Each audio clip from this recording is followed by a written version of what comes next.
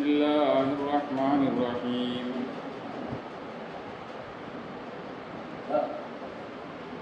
كتب عليكم إذا حضر أحدكم الموت إن ترك خيرا الوصية للوالدين والأقربين بالمعروف حقا على المتقين. നമുക്ക് പഠിക്കാനുള്ളത് വളരെ പ്രധാനപ്പെട്ടൊരു വിഷയമാണ് വസിയത്ത് എന്ന് പറയുന്നത്. വസിയത്ത് ഇസ്ലാമിക കർമ്മശാസ്ത്രത്തിലൊരു പ്രധാനപ്പെട്ട ചർച്ചയാണ് വസിയത്ത് എന്നുള്ളത്. ഇന്ന് നമ്മൾക്കിടയിൽ അത് അധികമായിട്ട് ഇത് ഉപയോഗപ്പെടുത്താറുമില്ല. വസിയത്ത് ഖുർആനിലും ഹദീസിലും കർമ്മശാസ്ത്രത്തിലെല്ലാം വളരെ പ്രാധാന്യത്തോടെ പറഞ്ഞൊരു കാര്യമാണ് വസിയത്ത് എന്നത്. ഞാനിപ്പോൾ ഓതിയ ആയത്ത് സൂറത്തുൽ ബഖറയിലെ 180-ാമത്തെ ആയത്താണ്. ആ ആയത്തിൻ്റെ പേര് തന്നെ ആയത്തുൽ വസിയ എന്നാണ്. വസിയത്തിൻ്റെ ആയത്ത് എന്നാണ്. അൽ ബഖറ സൂറത്ത് 180, 81, 82 ഈ 3 ആയത്തുകളെ കുറിച്ച് പറയുന്ന പേര് വസിയത്തിൻ്റെ ആയത്തുകൾ എന്നാണ്. വസിയത്തുമായി ബന്ധപ്പെട്ടാണ് ആയത്തുകൾ അവതരിക്കുന്നത്. വസിയത്ത് എന്ന് പറഞ്ഞാൽ അതിൻ്റെ ഭാഷാർത്ഥം ബന്ധിപ്പിക്കുക എന്നാണ്. ഈസാൽ, കണക്ട് ചെയ്യുക. കാരണം വസിയത്ത് ചെയ്യുന്ന ആള് അവൻ്റെ ദുനിയാവിൽ അവന് കിട്ടിയ നന്മ ആഖിറത്തിൻ്റെ നന്മയുമായി അവൻ ബന്ധിപ്പിക്കുകയാണ്, കണക്ട് ചെയ്യുക. ദുനിയാവിൽ അവന് കിട്ടിയ നന്മ എന്താണ്? സമ്പത്ത്. അത് ദുനിയാവിൽ മാത്രം തീർക്കാതെ ആഖിറത്തിലേക്ക് കിട്ടാൻ വേണ്ടി അവൻ അതിനെ ബന്ധിപ്പിക്കുകയാണ്. അതാണ് വസിയത്ത്. വസിയത്ത് എന്ന് പറഞ്ഞാൽ മരണാസന്നനാവുമ്പോൾ എന്ത് ചെയ്യാം? വസിയത്ത് ചെയ്യാം. അവൻ അല്ലാഹു നൽകിയ സമ്പത്ത്, അത് ഖൈർ, നന്മ, അതിനെ ആഖിറത്തിലേക്ക് അവൻ ചേർക്കുകയാണ്. ആഖിറത്തിൽ നന്മ കിട്ടാൻ വേണ്ടി മരണാസന്നനാകുന്ന സമയത്ത് അവൻ ഉപയോഗപ്പെടുത്തുന്നു. അതാണ് വസിയത്ത് എന്ന് പറയുന്നത്. അതിൻ്റെ ഭാഷാർത്ഥം എങ്ങനെയാണ്? വസിയത്ത് എന്നുള്ളത് സുന്നത്തുൽ മുഅക്കദ, വളരെ പ്രബലമായ സുന്നത്താണ് വസിയത്ത് ചെയ്യുക എന്നുള്ളത്. മരിക്കുന്നതിന് മുമ്പ് എന്തെങ്കിലും ഒരു വസിയത്ത് ചെയ്യുക എന്നത് പ്രബലമായ സുന്നത്താണ്. ആ വിഷയത്തിൽ മുസ്ലിം ലോകത്ത് ആർക്കും അഭിപ്രായ വ്യത്യാസമില്ല. ഇജ്മാഅാണ്. വസിയത്ത് വളരെ പ്രധാനപ്പെട്ട ശക്തിയായ ഒരു സുന്നത്താണെന്ന വിഷയത്തിൽ ആർക്കും തർക്കങ്ങളില്ല. എന്നാൽ വസിയത്തിനേക്കാൾ ശ്രേഷ്ഠമായത് ഒരു മനുഷ്യനവൻ്റെ ആരോഗ്യ സമയത്ത് സദക്ക ചെയ്ത് തന്നെയാണ്. വസിയത്ത് ചെയ്യുന്നപ്പോഴാണ് മരിക്കാറാകുമ്പോഴാണ്. അതിനേക്കാൾ നല്ലത് എന്ത് തന്നെയാണ്? ആരോഗ്യമുള്ള സമയത്ത്, എണീറ്റ് നടക്കുന്ന സമയത്ത് സദക്ക കൊടുത്താൽ, കയ്യോടെ കൊടുത്താൽ, അതാണ് ഏതിനേക്കാൾ നല്ലത്? മരണാസന്നനാകുമ്പോൾ വസിയത്തിനേക്കാൾ നല്ലത്. അതിലും തർക്കമില്ല. അത് കഴിഞ്ഞാൽ പിന്നെ ശ്രേഷ്ഠമായത് രോഗിയായി കിടക്കുമ്പോൾ ചെയ്യാം. ഒന്ന് ആരോഗ്യത്തിന് എണീറ്റ് കിടക്കുമ്പോൾ കൊടുക്കാനാണ് ഏറ്റവും നല്ലത്. അപ്പോൾ കൊടുക്കുന്നതാണ് ഏറ്റവും കൂലിയുള്ളത്. പക്ഷെ അപ്പോൾ കൊടുക്കാൻ തോന്നില്ല. രണ്ടാമത്തെ കൂലി രോഗിയാകുന്ന സമയത്താണ്. അപ്പോൾ കുറച്ചുകൂടെ മനസ്സലിയും. ഞാൻ പോകുന്ന തോന്നുന്നത് കൊടുത്തേക്കാന്നൊരു ചിന്ത വരും. അപ്പോൾ കുറച്ചുകൂടെ കൂലി കുറയും. അതിനേക്കാളും കൂലി കുറവാണ് അത് വരിക വസിയത്ത്. കാരണം വസിയത്ത് എന്ന് പറഞ്ഞാൽ മരണത്തെ ഏതാണ്ടൊക്കെ ഒരു പ്രതീക്ഷിക്കുന്ന സമയത്താണ് വസിയത്ത് ചെയ്യുക. അപ്പോൾ അത്യാവശ്യം ഈമാനുള്ളൊക്കെ കൊടുക്കാൻ തയ്യാറാകുന്നൊരു സമയമാണ്. അപ്പോൾ വസിയത്ത് സുന്നത്ത് മുഅക്കദ, ശക്തിയായ സുന്നത്താണെന്ന വിഷയത്തിൽ തർക്കമില്ല. പക്ഷെ വസിയത്തിനേക്കാൾ ശ്രേഷ്ഠം ആരോഗ്യമുള്ള സമയത്ത് കൊടുക്കലും പിന്നെ രോഗിയായ സമയത്ത് കൊടുക്കലുമാണ് ശ്രേഷ്ഠമായിട്ടുള്ളത്. വസിയത്ത് 2 തരമുണ്ട്. മാലിയായ വസിയത്ത്, വൈറുമാലിയായ വസിയത്ത് എന്ന് പറയും. പറഞ്ഞാൽ സാമ്പത്തികമായ വസിയത്തും സാമ്പത്തികമല്ലാത്ത വസിയത്തും 2 തരം വസിയത്ത് ഉണ്ടാവും. നമുക്കിന്ന് അറിയാവുന്നത് സാമ്പത്തികമായ വസിയത്തിനെ കുറിച്ചാണ്. മരിക്കാറായ ഒരാളുടെ സമ്പത്ത് ആർക്കെങ്കിലുമൊക്കെ കൊടുക്കാൻ വേണ്ടി പറയുക, വ്യക്തികൾക്കോ സ്ഥാപനങ്ങൾക്കൊക്കെ കൊടുക്കാൻ വേണ്ടി പറയുന്നതാണ് വസിയത്ത്. അതല്ലാതൊരു വസിയത്തുണ്ട്, മാലിയല്ലാത്ത, സാമ്പത്തികമല്ലാത്തൊരു വസിയത്തുണ്ട്. ഇത് രണ്ടും വസിയത്തിൽ പെട്ടതാണ്. രണ്ടും പ്രധാനപ്പെട്ടതാണ്, സുന്നത്താണ്, ശക്തിയായ സുന്നത്താണ്.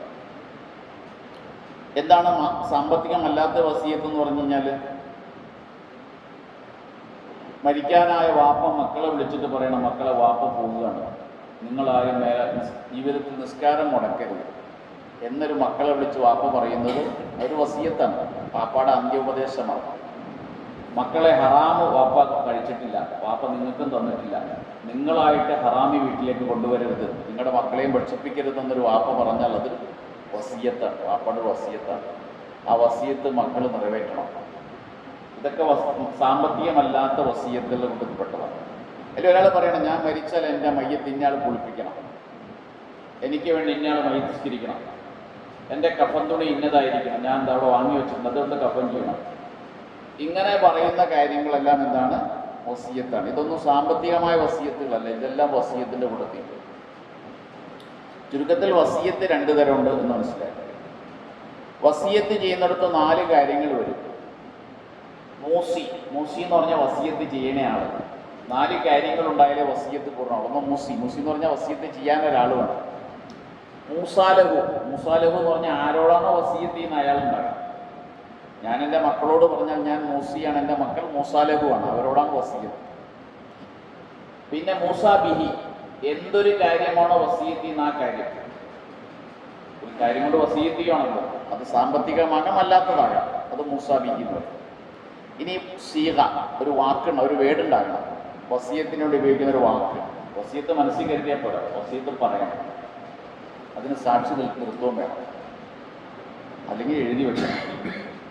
അപ്പോൾ എഴുത്ത് അല്ലെങ്കിൽ പറയൽ, ഇങ്ങനെ ഒരു രേഖ കൂടി അതിനുണ്ടാകണം. ഇങ്ങനെ 4 കാര്യങ്ങൾ ഉണ്ടായാലേ വസിയത്ത് പൂർണ്ണമാകുള്ളൂ. ഇത് 4ഉം വ്യക്തമായിരിക്കണം. ആര് ചെയ്തു, ആരോട് ചെയ്തു, എന്ത് ചെയ്തു, എങ്ങനെ ചെയ്തു, ഈ 4 കാര്യങ്ങളിലും ക്ലിപ്തത, ഒരു വ്യക്തത വന്നാലേ വസിയത്താവുള്ളൂ. ഈ വസിയത്തിൽ പലപ്പോഴും തർക്കം വരും. വാപ്പ മരിക്കുന്നതിനും എന്തെങ്കിലും വസിയത്ത് ചെയ്തിട്ടുണ്ടാവും, പക്ഷെ അതിന് രേഖ ഉണ്ടാവില്ല. അപ്പം മക്കൾ നിഷേധിക്കും, അങ്ങനെ വാപ്പ പള്ളി കൊടുക്കാമെന്ന് പറഞ്ഞിട്ടില്ല എന്ന് പറയും, ഇത് എഴുതി വെക്കണം. അല്ലെങ്കിൽ വാപ്പ പുത്തമ്പള്ളി കൊടുക്കാമെന്ന് പറഞ്ഞിട്ടില്ല, പള്ളിക്കെന്നല്ലേ പറഞ്ഞിട്ടുള്ളൂ, അതിപ്പോൾ ഏത് പള്ളി കൊടുത്തതെന്നാന്ന് പറയും. എന്നൊക്കെ തർക്കം വരും. അതുകൊണ്ട് ആ വസിയത്ത് എപ്പോഴും എഴുതി വെക്കണം, അതിന് സാക്ഷികൾ ഉണ്ടാക്കണം.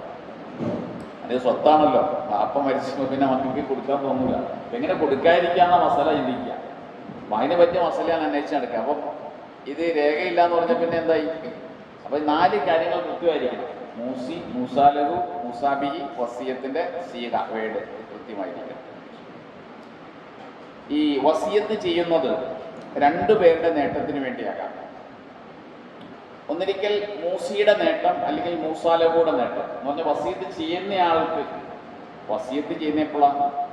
ഇനിയൊരു അവസരമില്ല എന്ന് കാണുമ്പോഴാണ് വസിയത്ത് ചെയ്യുക. ഞാൻ മരിക്കുകയാണ്, ഇനി എനിക്കൊരു അവസരമില്ല എന്ന് കാണുമ്പോഴാണ് വസിയത്ത് ചെയ്യുക. ഈ നഷ്ടം ഒന്നിരിക്കൽ വസിയത്ത് ചെയ്യുന്നയാളുടെ നഷ്ടമാകാം, അല്ലെങ്കിൽ വസിയത്ത് ചെയ്യപ്പെടുന്ന ആളുടെ നഷ്ടമാകാം.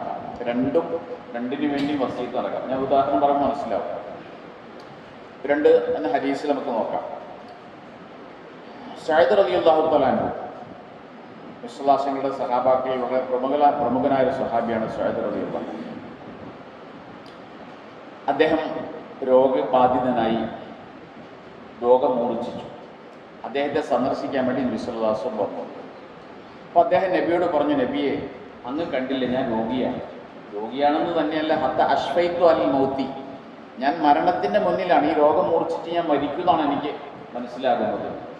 എനിക്ക് ധാരാളം സമ്പത്തുണ്ട്, എനിക്കാണെങ്കിൽ ഒരു മകള് മാത്രമേ ഉള്ളൂ, ഈ സമ്പത്തെല്ലാം കൂടി അവർക്ക് ആവശ്യമില്ലല്ലോ. അതുകൊണ്ട് അപസദ്ദഖുബി സുലുസൈ മാലി, എൻ്റെ സമ്പത്തിൻ്റെ 3/2 ഞാൻ വസിയത്ത് ചെയ്യട്ടെ എന്ന് വെച്ചു. ആർക്കെങ്കിലും ഞാൻ പാവപ്പെട്ടവർക്കോ മറ്റോ വസിയത്ത് ചെയ്യട്ടെ എന്ന് വെച്ചു. അവൻ്റെ വിശ്വാസം പറഞ്ഞു, വേണ്ട, അത്രയും വേണ്ട. അപ്പോൾ അദ്ദേഹം ചോദിച്ചു, നെസ്ഫി മാലി എന്ന പകുതി വസിയത്ത് ചെയ്യട്ടെ എന്ന് വെച്ചു. റസൂലുള്ളാഹി പറഞ്ഞു, വേണ്ട. അപ്പോൾ ചോദിച്ചു, സുലുസി മാലി എന്ന 1/3 വസിയത്ത് ചെയ്യട്ടെ എന്ന് വെച്ചു. 2/3 അവർക്ക് കിട്ടൂല, ഒരു നോക്കൂ.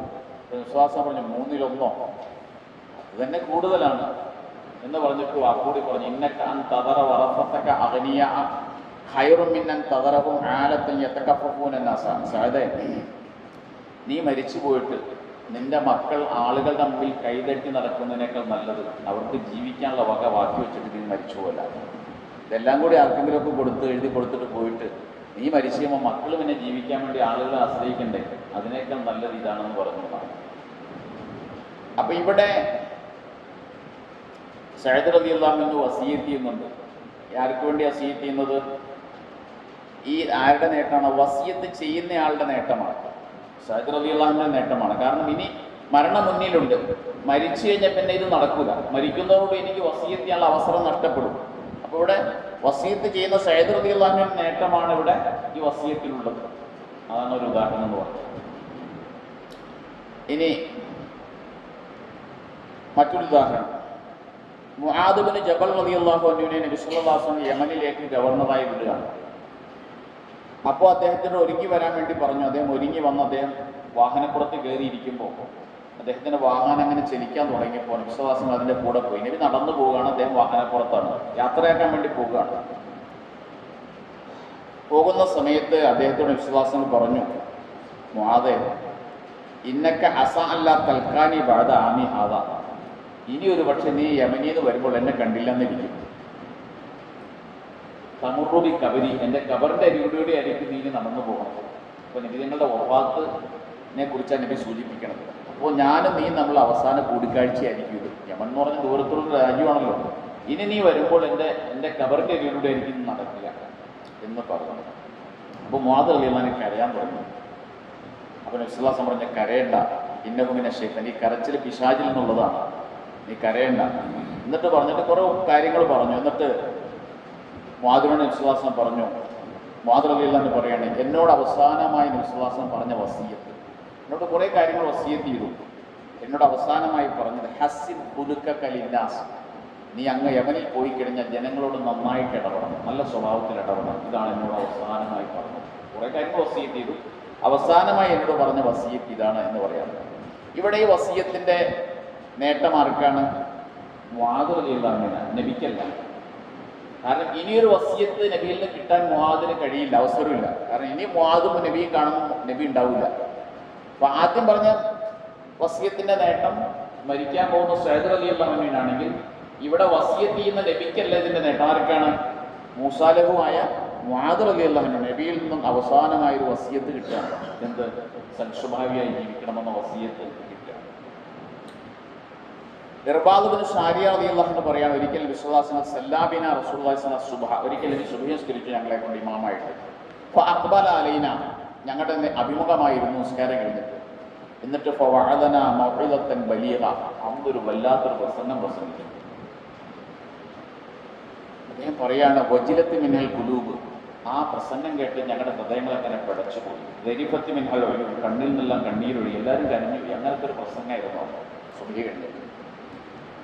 അപ്പം ഞാൻ ചോദിച്ചു, കാനു മൗഇദത്ത് മുഅദ്ദിൻ, ഈ പ്രസംഗം കേട്ടിട്ട് ഒരു അവസാന പ്രസംഗം പോലെ തോന്നുന്നല്ലോ നബിയെ, ഒരു യാത്ര പറയുന്ന ആളുടെ പ്രസംഗം പോലെ തോന്നുന്നല്ലോ, അത്ര ഗൗരവത്തിലാണല്ലോ നിങ്ങൾ പറഞ്ഞെന്ന് ചോദിച്ചു. അതുകൊണ്ട് ഫൗസിന, അങ്ങ് പോകുകയാണെന്ന് തോന്നുന്നു, എന്തെങ്കിലും ഒരു വസിയത്ത് ഞങ്ങൾക്ക് തന്നിട്ട് പോകാൻ വേണ്ടി നബി സല്ലല്ലാഹു അലൈഹി വസല്ലമയോട് പറഞ്ഞു എന്നാണ്. അപ്പോൾ നബി സല്ലല്ലാഹു അലൈഹി വസല്ലമയോടെ വസിയത്ത് ചെയ്തു. ഫമാദാ തഅ്മുറുന, എന്താണ് അവസാനം ഞങ്ങളോട് പറയാനുള്ളതെന്ന് ചോദിച്ചു. അപ്പോൾ നബി സല്ലല്ലാഹു അലൈഹി വസല്ലം പറഞ്ഞു, ഉസീകും ബിത്തഖ്വല്ലാഹ്, എനിക്ക് നിങ്ങളോട് പറയാനുള്ളത് നിങ്ങൾ അല്ലാഹുവിനെ തഖ്വ ചെയ്ത് ജീവിക്കണം, അതാണ് എൻ്റെ വസിയത്ത് എന്ന് പറയുക. ഇവിടെ വസിയത്തിൻ്റെ നേട്ടമാർക്കാണ്? സഹാബത്തിനാണ്. കാരണം ഇനിയൊരു അവസരമില്ല, നബി പോവുകയാണ്. അപ്പം ഞാൻ പറഞ്ഞതിൻ്റെ ചുരുക്കം, രണ്ട് രീതിയിലും എന്തുണ്ടാക്കാം? വസിയത്ത് ഉണ്ടാക്കാം. വസിയത്ത് എന്ന് പറഞ്ഞാൽ ഒരു നഷ്ടപ്പെടുന്ന ഒരു അവസ്ഥയിൽ ഒരു സൗഭാഗ്യത്തെ വീണ്ടെടുക്കലാണ് വസിയത്ത്. അത് വസിയത്ത് ചെയ്യുന്നയാളുടെ നേട്ടമാകാം, അല്ലെങ്കിൽ വസിയത്ത് ലഭിക്കുന്നയാളുടെ നേട്ടവുമാകാം എന്നാണ് ഇതിനകത്ത് നിന്ന് മനസ്സിലാക്കേണ്ടത്. ഇബ്രാഹിം നബി അലൈഹി സ്വലാത്തു വസ്സലാമിന്റെ വസിയത്തിനെ കുറിച്ച് സൂറത്തിൽ ഖുർആൻ പറയുന്നുണ്ട്. വസാബിഹ ഇബ്രാഹിം ബനീഹി വ യാക്കൂബ്, ഇബ്രാഹിം നബി അലൈഹി സ്വലാം തന്റെ മക്കളോട് വസിയത്ത് ചെയ്തു, യാക്കൂബ് നബിയും വസിയത്ത് ചെയ്തു എന്ന് ഖുർആൻ പറയുന്നു. എന്താണ് അവരുടെ വസിയത്ത്? ഇബ്രാഹിം നബിയും യാക്കൂബ് നബിയൊക്കെ മക്കളോട് ചെയ്ത വസിയത്ത് എന്താണ്? വസാബിഹ, ഈ മില്ലത്ത് പിൻപറ്റി ജീവിക്കണം. ഞാൻ ഏതൊരു മാർഗം പിൻപറ്റിയാണോ ജീവിച്ചത് ആ മാർഗത്തിൽ നിങ്ങൾ ജീവിക്കണമെന്നാണ് വാപ്പ മക്കളെ വിളിച്ച് ഇബ്രാഹിം നബി യാക്കൂബ് നബിയൊക്കെ പറഞ്ഞു. അവരുടെ മാർഗം എന്തായിരുന്നു? പൂർണ്ണമായി അസ്ലം തുലി റബ്ബിൽ ആലമീൻ, റബ്ബുൽ ആലമീനെ കീഴടങ്ങി ജീവിച്ചു. അള്ളാഹ് എന്ത് പറഞ്ഞത് അപ്പടി അനുസരിച്ചു. മക്കളെ നിങ്ങളും അങ്ങനെ ആകണമെന്ന് വസിയത്ത് ചെയ്തു. മക്കളെ ശ്രദ്ധിക്കണം, മക്കളെ വിളിച്ചിങ്ങനെ അത് മക്കൾ കേൾക്കും. ഇപ്പം ഇപ്പൊ പറഞ്ഞത് മക്കൾ കേട്ടില്ലെങ്കിലും വാപ്പയുടെ അന്ത്യാഭിലാഷം മക്കൾ എന്ത് ചെയ്യും? നമ്മൾ മക്കളോട് പറയണം, ദീനിന്റെ കാര്യങ്ങൾ വസിയത്ത് ചെയ്യണം. അത് മക്കളെന്ന് ഓർമ്മയിരിക്കും. അതാണ് ഇബ്രാഹിം നബി ചെയ്തതെന്നും യാക്കൂബ് നബി അലൈഹി സ്വലാത്തു വസ്സലാം ചെയ്തു. ഇനി വസിയത്ത് എന്നുള്ളത് നമ്മൾ വളരെ ശ്രദ്ധിക്കേണ്ട ഒരു കാര്യമാണ്. വസിയത്ത് സൂറത്തുൽ ബഖറയിലാണ് ഞാൻ ആദ്യം ഓതിയ 3 ആയത്തുകൾ. വസിയത്തിന്റെ ആയത്തുകൾ പറയുന്നത് 3 ഒരുപാട് സ്ഥലത്തുണ്ട്. വസിയത്തിന്റെ ആയത്തുകൾ എന്ന പേരിൽ അറിയപ്പെട്ട 3 ആയത്തുകൾ സൂറത്തുൽ ബഖറയിലാണ് ഉള്ളത്. സൂറത്തുൽ ബഖറ മക്കയിലാണോ മദീനയിലാണോ ഇറങ്ങിയത്? മദീനയിൽ ഇറങ്ങിയ സൂറത്താണ് സൂറത്തുൽ ബഖറ. മദീനയുടെ സാഹചര്യത്തിലാണ് സൂറത്തുൽ ബഖറ അവതരിക്കുന്നത്. ഈ വസിയത്ത് എന്നുള്ളത് ഒരു പുതിയ കാര്യമല്ല. ജാഹിലിയത്തിൽ അറബികൾക്കിടയിൽ ഉണ്ടായിരുന്ന അവർക്ക് സുപരിചിതമായ ഒരു കാര്യമാണ് വസിയത്ത്. ഒരു പുതിയ കാര്യമല്ല. അവർക്കിടയിൽ വസിയത്ത് ഉണ്ടായിരുന്നു. ഇസ്ലാം വരുന്നതിന് മുമ്പ് അറബികൾക്കിടയിൽ എന്തുണ്ടായിരുന്നു? വസിയത്ത് ഉണ്ടായിരുന്നു. അവർക്ക് സുപരിചിതമായ ഒരു കാര്യമാണ് വസിയത്ത് എന്ന് പറയുന്നത്. പക്ഷേ അവർക്കിടയിലുള്ള വസിയത്തിൽ പല രീതിയിലുള്ള അനീതികളും അക്രമങ്ങളും നടന്നിരുന്നു. അതുകൊണ്ടാണ് ഖുർആൻ വസിയത്തിനെ കുറിച്ച് ഊന്നി പറഞ്ഞത്. ഇന്ന് നിങ്ങൾക്കിടയിൽ നടമാടുന്ന ഈ അനാചാരങ്ങളും ഈ അക്രമങ്ങളും വസിയത്തിൽ പാടില്ല. അത് പറയാൻ വേണ്ടിയാണ് ഖുർആനിൽ ധാരാളം ആയത്തുകൾ അല്ലാഹു സുബ്ഹാനഹു വ തആല അവതരിപ്പിച്ചത്. അത് നമ്മൾ മനസ്സിലാക്കുക. ഒരു ചരിത്രപരമായൊരു വസിയത്തിനെ കുറിച്ച് ഇസ്ലാമിക ചരിത്രങ്ങൾ നമുക്ക് വായിക്കാൻ കഴിയും. നബി സ്വല്ലല്ലാഹുങ്ങളുടെ വാപ്പ, വല്യാപ്പ, നബിയുടെ 20 ഉപ്പമാരുടെ പേര് നമുക്ക് പഠിപ്പിക്കപ്പെട്ടിട്ടുണ്ട്. നബിയുടെ വാപ്പ ഏതാ? അബ്ദുള്ളയുടെ വാപ്പ അബ്ദുൽ മുത്തലിബ്. അബ്ദുൽ മുത്തലിബിന്റെ വാപ്പ ഹാഷിമ. ഹാഷിമിന്റെ വാപ്പ അബ്ദു മനാഫാണ്. അവിടെ വരെയൊക്കെ നമ്മൾ ഏകദേശം കേട്ടിട്ടുണ്ട്. അബ്ദുള്ള, അബ്ദുൽ മുത്തലിബ്, ഹാഷിമ, പിന്നെ അബ്ദു മനാഫ്. അബ്ദു മനാഫിന്റെ വാപ്പ ഖുസൈയാണ്. ഖുസൈന്റെ വാപ്പ കിലാബാണ്. കിലാബിന്റെ വാപ്പ മുറത്താണ്. മുറത്തിന്റെ വാപ്പ കഅബാണ്. പിന്നെ കഅബിന്റെ വാപ്പ ലുഹയ്യാണ്. ലുഹയ്യന്റെ വാപ്പ ഗാലിബാണ്. ഗാലിബിന്റെ വാപ്പ ഫിഹറാണ്. ഫിഹറിന്റെ വാപ്പ മാലിക്കാണ്. മാലിക്കിന്റെ വാപ്പ നെദറാണ്. നെദറിന്റെ വാപ്പ കിനാനത്താണ്. കിനാനത്തിന്റെ വാപ്പ ഹുസൈമത്താണ്. ഹുസൈമത്തിന്റെ വാപ്പ മുദരിക്കത്താണ്. മുദരിക്കത്തിന്റെ വാപ്പ ഇല്യാസാണ്. ഇല്യാസിന്റെ വാപ്പ മുദറാണ്. മുദറിന്റെ വാപ്പയുടെ പേരാണ് നിസാർ. നിസാർ എന്ന് പറയുന്നത് 18ാമത്തെ വാപ്പയാണ്. ഇനി 2 പേരുടെ പേര് നമ്മൾ പഠിപ്പിക്കപ്പെട്ടിട്ടുണ്ട്. നിസാറിന്റെ വാപ്പ മഅദാണ്. മഅദിന്റെ വാപ്പ അദ്നാനാണ്. ഇപ്പൊ അബ്ദുള്ള മുതൽ അദ്നാൻ വരെയുള്ള 20 വാല്യാപ്പന്മാരുടെ പേര് മുസ്ലിം ലോകത്തിന് പരിചിതമുണ്ട്. അവിടെ മുതൽ എവിടം വരെ? ഇസ്മായിൽ നബി വരെ. ഇബ്രാഹിം നബിക്ക് 2 മക്കളുണ്ട്. ഇബ്രാഹിമിക്ക് 2 മക്കളല്ല, 8 മക്കളുണ്ട് അറിയപ്പെട്ട. ഒരു മകൻ ഇസ്മായിൽ, മറ്റൊരു മകൻ ഇസ്ഹാഖ്. അവരാണ് അറിയപ്പെട്ട 2 മക്കൾ. ഇസ്മായിലിന്റെ പരമ്പരയിലാണ് നബി വന്നത്. ഇസ്മായിലി പരമ്പരയിലാണ് നബി സല്ലല്ലാഹു അലൈഹി വസല്ലം. അതുകൊണ്ടാണല്ലോ ജൂതന്മാർക്ക് നമ്മളോടുള്ള തീരാത്ത പകയുടെ കാരണം തന്നിട്ടുള്ളത്. മുഹമ്മദ് നബി ഇസ്മായിൽ നബിയുടെ പരമ്പരയിൽ വന്നു എന്നുള്ളതാണ്. അവരാഗ്രഹിച്ച് ഇസ്ഹാഖ് നബിയുടെ പരമ്പരയിൽ വരണമെന്നായിരുന്നു. ഇസ്ഹാഖ് നബിയുടെ പരമ്പരയിലാണ് മുസാ നബി അലൈഹി ഇസ്ലാം അവരൊക്കെ വരുന്നത്. ഇബ്രാഹിം നബി, ഇസ്മായിൽ നബിയുടെ പരമ്പരയിൽ മുഹമ്മദ് വിശ്വാസം മാത്രമേ ഉള്ളൂ. അറബികളിൽ വന്ന പ്രവാചകനാണ് മുഹമ്മദ് വിശ്വാസം. മറ്റത് ഇസ്രായേലികളാണ്. ഇസ്ഹാഖ് നബിയുടെ പരമ്പരയിലുള്ളത് ഇസ്രായേലി. അവരിലാണ് മൂസാ നബി, ഈസാ നബി അലൈഹി സ്വലാത്തു വസ്സലാം. അതുകൊണ്ടാണ് നമ്മളോട് പകയുള്ളത്. അപ്പൊ ഞാൻ പറഞ്ഞത് 18ാമത്തെ വാപ്പയുടെ പേരാണ് നിസാർ. എന്താ പേര്? നിസാർ എന്നൊന്നും പേരുണ്ടല്ലോ, നിസാർ. ഈ നിസാറിന് 4 മക്കളുണ്ടായിരുന്നു. നിസാറിന് 4 മക്കൾ. ഒന്ന് മുദർ. ആ മുദറിന്റെ പരമ്പരയിലാണ് നബി ജനിച്ചത്. മുദറിന്റെ പരമ്പരയിലാണ് നബി. വേറെ 3 മക്കളോടുണ്ട്. ഒരു മകന്റെ പേര് റബിയ എന്നാണ്, മറ്റൊരു മകന്റെ പേര് അൻമാർ എന്നാണ്, മറ്റൊരു മകന്റെ പേര് ഇയാദ് എന്നാണ്.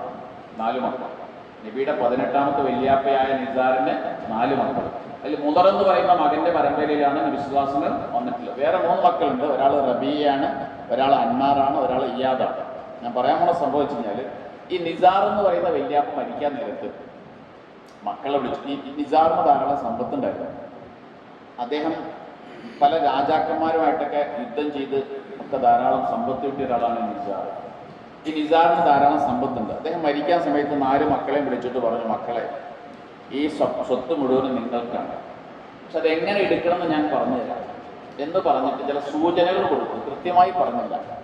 ചില നിറങ്ങൾ പറഞ്ഞിട്ട് ചില സൂചനകൾ കൊടുത്തു. അതെങ്ങനെയാ പറഞ്ഞെന്നാണ്, ഈ ചുമന്ന കൂടാരവും അതിനോട് സാമ്യമുള്ള സ്വത്തുക്കളും മുദറിന്.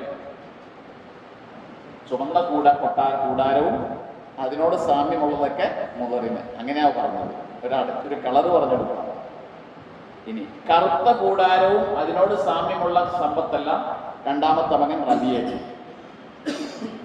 ഇനി തലയിലെ കറുപ്പിനടിയിൽ വെളുത്ത മുടിയുള്ള അടിമസ്ത്രീ, ആ അടിമസ്ത്രീയും അവളോട് സാദൃശ്യമുള്ള സ്വത്തുകളെല്ലാം മൂന്നാമത്തെ മകൻ ഇയാദിനും. പാപ്പ പറയാൻ മരിക്കാൻ നോക്കിയ പാപ്പയുടെ വസിയത്താണ്, ജാഹിലിയത്തിലൊരു വസിയത്താണ്.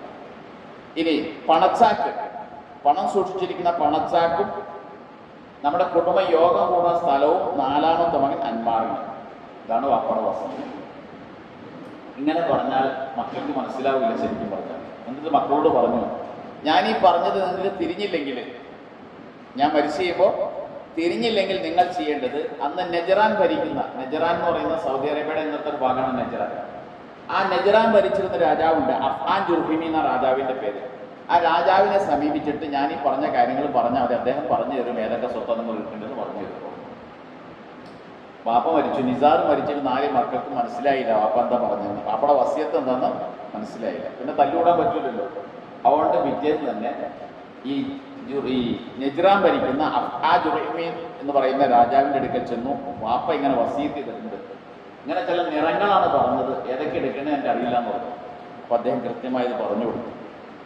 കാരണം നിസാറിന് അറിയാമായിരുന്നു ഞാനീ പറഞ്ഞ സൂചനകളിലൂടെ ഏതെല്ലാം സമ്പത്ത് ആർക്കെല്ലാം കിട്ടണമെന്ന് പറഞ്ഞു തരാൻ ബുദ്ധിയുള്ള ആളായിരുന്നു എന്നിട്ടും നെജ്റാൻ ഭരിച്ചിരുന്ന ഭരണകർത്താവെന്ന് അറിയാമായിരുന്നു. പറഞ്ഞതിൻ്റെ അർത്ഥം വസിയത്ത് എന്നുള്ളത് ഒരു പുതിയ കാര്യമല്ല. ഇസ്ലാമിന് മുമ്പ് അറബികൾക്കിടയിൽ സുപരിചിതമായ കാര്യമായിരുന്നു വസിയത്ത് എന്ന് പറയുന്നത്. പക്ഷെ പ്രശ്നം എന്താ വെച്ച് കഴിഞ്ഞാൽ അന്നത്തെ വസിയത്ത് അക്രമങ്ങൾ നിറഞ്ഞ വസിയത്തായിരുന്നു. എന്താണ് അക്രമം എന്ന് പറഞ്ഞു കഴിഞ്ഞാൽ, പേരിനും പ്രശസ്തിക്കും വേണ്ടി മാത്രമായിരുന്നു ജാഹിലിയത്തിൽ അറബികൾ വസിയത്ത് ചെയ്തിരുന്നത്. ആർക്ക് കൊടുത്ത് വസിയത്ത് ചെയ്താലാണോ പേര് കിട്ടുക അവർക്ക് കൊണ്ട് വസിയത്ത് ചെയ്യും. ആർക്ക് വസിയത്ത് ചെയ്താലാണോ പ്രശസ്തിയും പേരും കിട്ടാതിരിക്കുക അവരൊക്കെ അവഗണിക്കുകയും ചെയ്യും. ഇതായിരുന്നു അന്നത്തെ വശം. ഇപ്പോൾ മാതാപിതാക്കൾക്ക് വസിയത്ത് ചെയ്ത് കഴിഞ്ഞാൽ എന്ത് ചെയ്യില്ല, പേരും പ്രശസ്തിയും കിട്ടില്ല. നാട്ടിൽ അറിയപ്പെട്ട ആർക്കെങ്കിലും വസിയത്ത് ചെയ്താൽ എന്ത് ചെയ്യും, പേരും പ്രശസ്തിയും കിട്ടും. അപ്പോൾ സമ്പന്നന് തന്നെ എല്ലാവരും വസിയത്ത് ചെയ്യും, ഉള്ളവന് തന്നെ വസിയത്ത് ചെയ്യും. പട്ടണം എടുക്കുന്ന വാപ്പാക്ക് എന്ത് ചെയ്യില്ല, മക്കൾ വസിയത്ത് ചെയ്യില്ല. ഇവരുടെ ഈ വസിയത്തിനുള്ള ഉദ്ദേശം പേരും പ്രശസ്തിയാണ്, ആർക്കും ഒരു ഗുണം കിട്ടലായിരുന്നില്ല. അതിനെ ഖുർആൻ തിരുത്തി. ഇന്നിപ്പോൾ അങ്ങനെ തന്നെയാണല്ലോ. പള്ളിയിൽ സംഭാവന കൊടുത്താൽ രസീത് കിട്ടും. വെള്ളിയാഴ്ച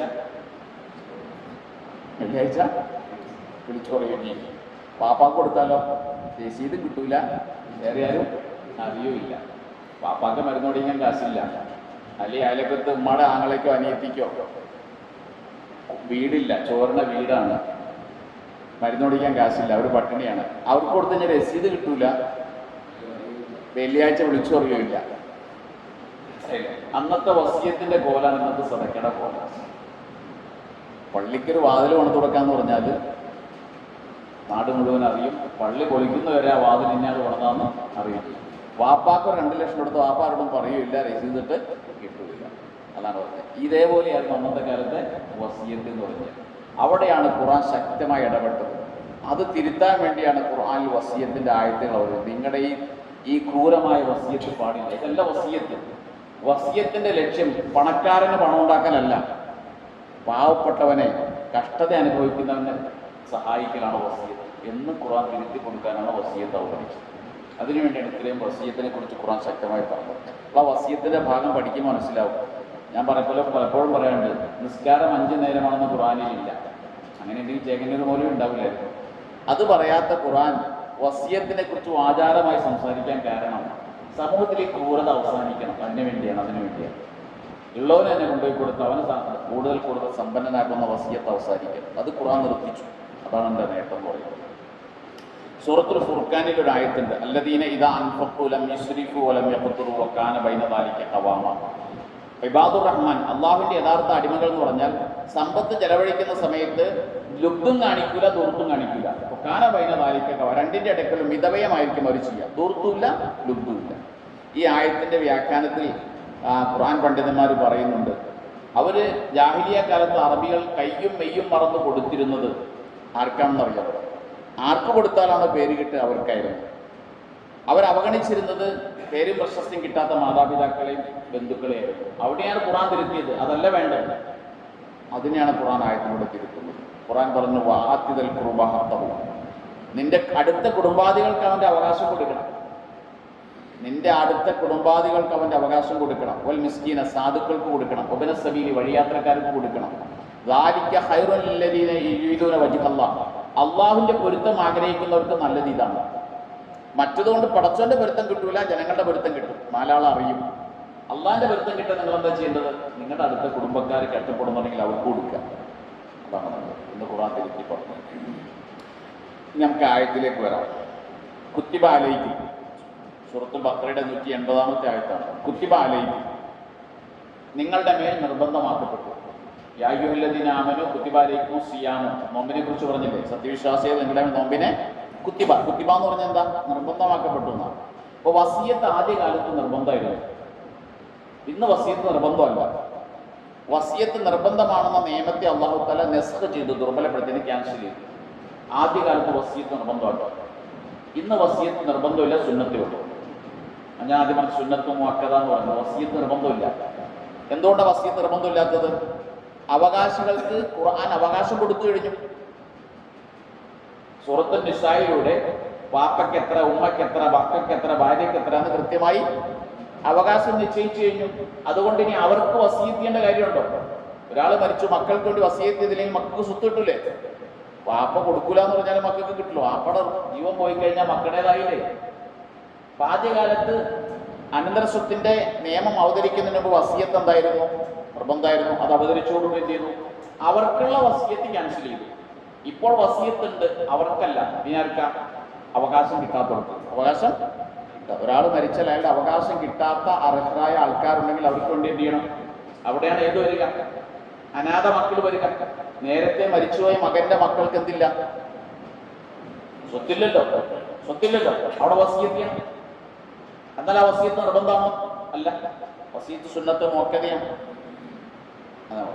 വസിയത്ത് നിർബന്ധമാണ് എന്നുള്ളത് ഈ ആയത്തുകൊണ്ട് ആയത്തിൽ നിർബന്ധമാക്കിയത്. പിന്നീട് അതിന് എന്ത് ചെയ്തു? ചെയ്തു. അപ്പൊ കുത്തിബ അലൈക്കും, നിങ്ങളുടെ മേൽ നിർബന്ധമാക്കപ്പെട്ടു അൽ വസിയത്ത്, വസിയത്ത് നിർബന്ധമാക്കപ്പെട്ടു. അങ്ങനെ പറഞ്ഞു. സാധാരണ അല്ലാഹു തആല ഇത് പറയുമ്പോൾ യാ അയ്യുഹല്ലദീന ആമനൂ എന്ന് വിളിക്കാറുണ്ട്. നോമ്പിൽ പറഞ്ഞ അങ്ങനെയല്ലേ? പക്ഷെ ഇവിടെ അല്ലാഹ് വിളിച്ചില്ല. വിളിക്കാതിരിക്കാൻ കാരണം വസിയത്ത് എന്നുള്ളത് അറബികൾക്ക് പരിചിതമായ ഒരു കാര്യമായതുകൊണ്ടാണ്. ഇനി വിശ്വാസികളെ വിളിക്കേണ്ട കാര്യമൊന്നുമില്ല. വിശ്വാസികൾക്കും അല്ലാത്തവർക്കൊക്കെ എന്തറിയാം? വസിയത്തിനെ കുറിച്ച് അറിയാം. ഇനി പറയേണ്ടത് വസിയത്തിനെ തെറ്റിദ്ധരുത്താനേ പറയേണ്ടതുള്ളൂ. കുത്തിബ അലൈക്കുമുൽ വസിയ്യ, നിങ്ങളുടെ മേൽ വസിയത്ത് നിർബന്ധമാക്കപ്പെട്ടിരിക്കുന്നു.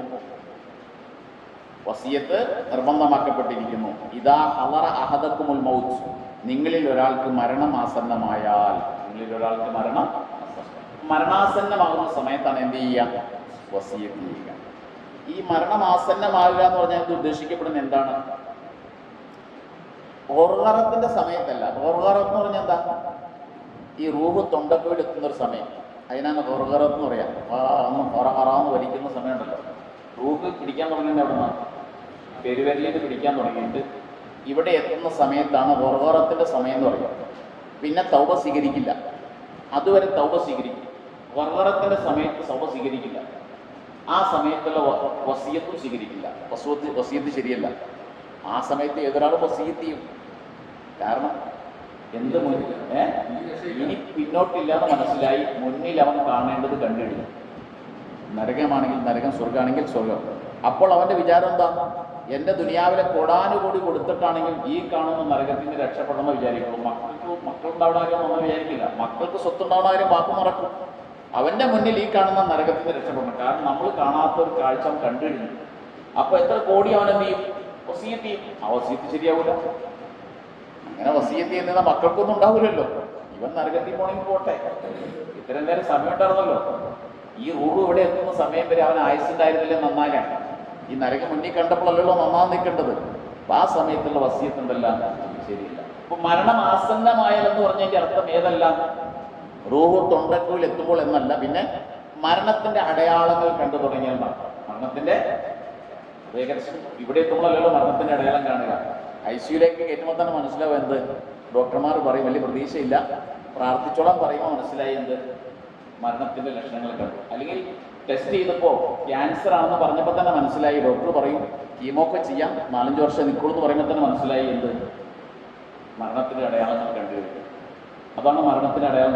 അപ്പോഴാണ് വസിയത്ത് ചെയ്യേണ്ടത്. അപ്പോഴാണ് തൊണ്ടക്കുഴിൽ എത്തിയിട്ടുള്ള വസിയത്ത് സ്വീകാര്യമല്ല. മനസ്സിലാക്കുക. എന്നിട്ട് നിങ്ങളുടെ മേൽ കുത്തിബ അലൈക്കുമുൽ വസിയ്യത്ത്, നിങ്ങളുടെ വസിയ്യത്ത് നിർബന്ധമാക്കപ്പെട്ടിരിക്കുന്നു. ഇദാ ഹദറ അഹദക്കുമുൽ മൗതു, നിങ്ങളിൽ ഒരാൾക്ക് മരണമാസന്നമായി കഴിഞ്ഞാൽ, മരണത്തിന്റെ അടയാളങ്ങൾ കണ്ടു കഴിഞ്ഞാൽ. ബഹുമാനപ്പെട്ട ഖത്താദത്തുബ്നു ദിമാ എന്ന് പറയുന്ന ഒരു പണ്ഡിതനുണ്ട്, ഇബ്നു അബ്ബാസ് റളിയല്ലാഹുവിന്റെ ശിഷ്യൻ. അദ്ദേഹത്തിന്റെ വളരെ പ്രസിദ്ധമായ ഒരു വാക്കുണ്ട്. അദ്ദേഹം പറയുന്നത് എങ്ങനെയാണ്? വൈലക ഇബ്നു ആദം, മനുഷ്യ നിനക്ക് നാശം, മനുഷ്യ നിനക്ക് നാശം. കുന്ത ബഖീലൻ, നീ ഒരു പിശുക്കനായിരുന്നു ജീവിതകാലത്ത്. മുംസിക്ക, എല്ലാം ഇങ്ങനെ പിടിച്ചു വെച്ച ആൾ, ആർക്കൊന്നും കൊടുത്തില്ല. ഹത്തായിദ ഹദറക്കൽ മൗത്ത്, ഇപ്പോൾ നിനക്ക് മരണം ആസന്നമായി, ഇപ്പൊ നീ മരണത്തിന്റെ മുന്നിലാണ്, മരിക്കാൻ കിടക്കുന്ന ഒരാളോട് അദ്ദേഹം പറയുന്ന ഒരു വാക്കാണ്. നീ ജീവിതകാലത്ത് മുഴുവൻ ആർക്കൊന്നും കൊടുക്കാതെ ഇങ്ങനെ പിടിച്ചുകൂട്ടി, ഇപ്പോൾ നീ മരണത്തിന്റെ മുന്നിലാണ്. തുവദ്ദിഉ മാലക വതുഫരിഖുഹു ഇബ്നു ആദം, തുഫരിഖുഹു, ഇപ്പോൾ നീ എന്ത് ചെയ്യുന്നു? നിന്റെ സമ്പത്ത് മുഴുവനും നീ ഒരുമിച്ച് കൂട്ടിയിട്ട് ആളുകൾക്ക് നീ കൊടുക്കുകയാണ്. ഇപ്പൊ നീ കൊടുക്കാൻ തയ്യാറാണ്. കാരണം എന്താ? മരണത്തെ മുന്നിൽ കണ്ടു, ഇപ്പൊ നീ കൊടുക്കാൻ തയ്യാറാണ്. ഇബ്നു ആദം, മനുഷ്യ, ഇത്തഖില്ല ഇത്തഖില്ല, നീ പടച്ചോനെ സൂക്ഷിക്കണം. ഇപ്പൊ ഇത് ചെയ്യരുത്, ഇപ്പോൾ നീ ഇത് ചെയ്യരുത്. ഇത്രയും നാൾ കൊടുക്കാതിരുന്നത് ഇപ്പോൾ നീ കൊടുക്കരുത്. ഇപ്പോൾ നീ കൊടുത്താൽ വലാ തജ്മ ഇസാഅത്തൈനി ഫീ മാലിക, നീ നിന്റെ സമ്പത്തിൽ രണ്ട് തെറ്റ് ചെയ്യരുത്. രണ്ട് തെറ്റ് നീ ചെയ്യരുത്. എന്താ രണ്ട് തെറ്റ്? നിന്റെ മരണം നീ മുന്നിൽ കാണുമ്പോൾ സമ്പത്ത് മുഴുവൻ ഒരുമിച്ച് കൂട്ടി ഇങ്ങനെ പാവങ്ങൾക്ക് മറ്റോ വിതരണം ചെയ്യുക എന്നത് രണ്ട് തെറ്റാണ്. അത് നീ ചെയ്യരുത്. അത് നീ പടച്ചോനെ സൂക്ഷിക്കണം. ഒരു തെറ്റെന്താ? ഒന്ന്, ഇത്രയും നാൾ നീ ഒരുമിച്ച് കൂട്ടി പിശുക്കി വച്ചു എന്നുള്ളതൊരു തെറ്റ്. ഇപ്പൊ ചെയ്യാൻ പോകുന്ന തെറ്റെന്താ? മരണത്തെ മുന്നിൽ കണ്ടു കഴിയുമ്പോൾ അനന്തരാവകാശികളെ പട്ടിണിയാക്കിക്കൊണ്ട് എല്ലാം വാരിപ്പെറുക്കി കൊടുക്കുന്നു എന്നുള്ളത് അത് തെറ്റാണ്. അത് തെറ്റാണ്. അപ്പൊ രണ്ട് തെറ്റ്. ജീവിതകാലത്ത് ചെയ്ത തെറ്റ് സമ്പത്ത് മുഴുവനും ഒരുമിച്ച് കൂട്ടി പിശുക്കി വച്ചു. ഇപ്പൊ ചെയ്യുന്ന തെറ്റെന്താ? ഇത് മുഴുവനും വാരി കൊടുക്കുകയാണ്. അതിലൂടെ ചെയ്യുന്ന തെറ്റെന്താണ്? അവകാശികൾക്ക് അവകാശം നഷ്ടപ്പെടുന്നു. ഇസ്ലാം വളരെ കർശനമായി കാണുന്ന ഒരു കാര്യമാണ്, ഒരു മനുഷ്യൻ മരിക്കുന്ന സമയത്ത് അവന്റെ അവകാശികൾ പാപ്പരായി തീരാൻ പാടില്ല, അവർക്ക് സമ്പത്തുണ്ടാകാം. ഇത് ഇസ്ലാമിന്റെ ഒരു വ്യക്തമായ നിലപാടാണ്. അതുകൊണ്ടാണ് നിരോധിക്കുന്നത്. ഈ ഇസ്ലാമിന്റെ ഒരു ഈ മനോഹാരിത മനസ്സിലാക്കി ഏത് മതക്കാരനോട് ചോദിച്ചാലും ഇതൊക്കെ നല്ലതല്ലേന്നേ പറയുള്ളൂ. ഒരാൾ അവന് മരിക്കാൻ സമയത്ത് കോടാനക്കോടി രൂപ പാവങ്ങൾ കൊടുക്കാന്ന് പറഞ്ഞാൽ നല്ലതല്ലേ എന്ന് വല്ല പറയുള്ളൂ. അവിടെ ഇസ്ലാം പറയുന്നത് അങ്ങനെയല്ല.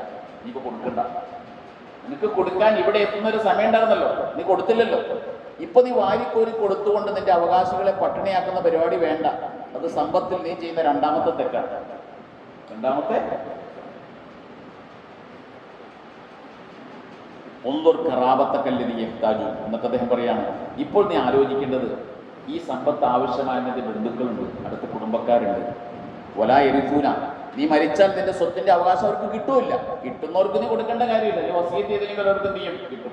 നീ മരിച്ചാൽ നിന്റെ ജീവൻ പോയാൽ ഈ സ്വത്ത് കിട്ടാത്ത നിന്റെ അടുത്ത കുടുംബത്തിൽപ്പെട്ട ആൾക്കാരുണ്ട്. ഫൗസിലവും മാലിക്കാം. ഈ സമ്പത്തിൽ നീ ഇപ്പോൾ വേണ്ടത് അവർക്കൊരു വസിയത്ത് ചെയ്യുക. വസിയത്ത് നല്ല നിലയ്ക്ക് നീ വസിയത്ത് ചെയ്യുക. ഇപ്പോൾ നമ്മൾ മനസ്സിലാക്കി, ഒരാൾ മരിച്ചു, അല്ല വാപ്പയ്ക്കും ഉമ്മയ്ക്കും എന്ത് കിട്ടും? സ്വത്ത് കിട്ടും, ഉറപ്പല്ലേ? അതിൻ്റെ വല്യാപ്പാക്കും വല്യമ്മയ്ക്കും കിട്ടില്ല. കാരണം എന്താ? വാപ്പയും ഉമ്മയും ഉണ്ടെങ്കിൽ വല്യാപ്പാക്കും വല്യമ്മയ്ക്കും എന്തില്ല? സ്വത്തില്ല. ഞാൻ മരിച്ചാൽ എൻ്റെ വാപ്പയ്ക്ക് സ്വത്ത് കിട്ടും.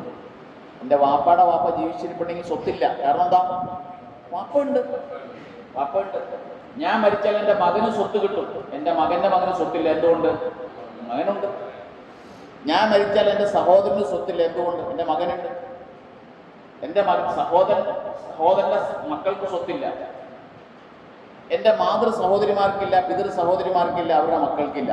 ഇവർക്കൊന്നുമില്ല സ്വത്തിന്. സ്വത്ത് കിട്ടുന്ന ആർക്കാണ്? മാതാപിതാക്കള്, മക്കള്, ഭാര്യ, ഭർത്താവ്. ഇത്തരം പേർക്കല്ലേ സ്വത്തുള്ളൂ.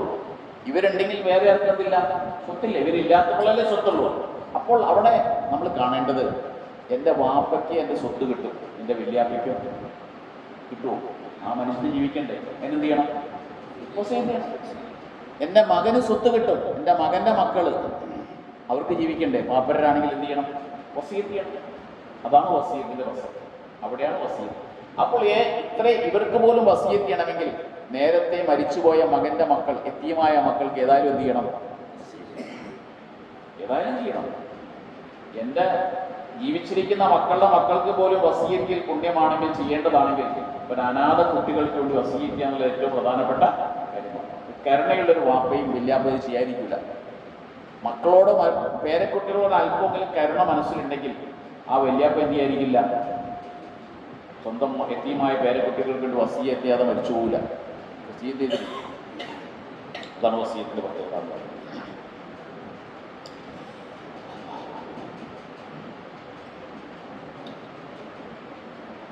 ഇനി മുസ്ലിം പറഞ്ഞൊരു ഹദീസ്, അതിന്റെ ഗൗരവം മനസ്സിലാക്കുന്ന ഒരു ഹദീസുണ്ട്. മാ ഹഖ്ഖു ഇൻ മുസ്ലിം. മുസ്ലിത്തിന്റെ വിശദമായ കാര്യങ്ങൾ അതിന്റെ അടുത്ത ക്ലാസ്സിലേക്ക് കിടക്കാം. ഒരു മുസ്ലിമായ മനുഷ്യന് പറ്റിയ പണിയല്ല ലഹു ഷൈഉ യൂസി ബിഹി, വസിയത്ത് ചെയ്യാൻ കഴിയുന്ന എന്തെങ്കിലും ഒരു സ്വത്ത് അവനുണ്ടെങ്കിൽ അവന് പറ്റിയ പണിയല്ല എബീത്തു ലൈലത്തൈനി, 2 രാത്രി കിടന്നുറങ്ങുക. ഇല്ലാവ വസിയത്തുഹു മക്തൂബത്തുൻ ഇൻദഹു, വസിയത്ത് അടുത്ത് എഴുതി വെച്ചിട്ടല്ലാതെ കിടന്നുറങ്ങില്ല ഒരു മുസ്ലിമായ മനുഷ്യന് പറ്റിയ പണിയല്ല. വസിയത്ത് ചെയ്യാൻ പറ്റുന്ന എന്തെങ്കിലും സമ്പത്തുള്ള ആളുകളൊക്കെ എന്ത് ചെയ്തിരിക്കണം? വസിയത്ത് എഴുതി വെച്ചിരിക്കണം. ഇല്ലാതെ 2 രാത്രി കിടന്നുറങ്ങരുത്. കാരണം 3ാമത്തെ രാത്രി അവൻ കിടന്നുറങ്ങിയാൽ എഴുന്നേറ്റൊന്നുമില്ല, മരിച്ചു വരും. വസിയത്ത് അത്ര പ്രധാനപ്പെട്ട ഒരു കാര്യമാണ്. സൂറത്തുൻ നിസായിലെ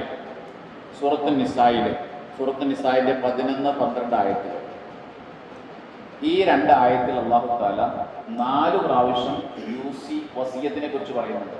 2 ആയത്തിൽ 4 പ്രാവശ്യം വസിയത്തിനെ കുറിച്ച് പറയുന്നുണ്ട്. അതിൽ അള്ളാഹു ഓരോന്നും എടുത്തെടുത്ത് പറയാം.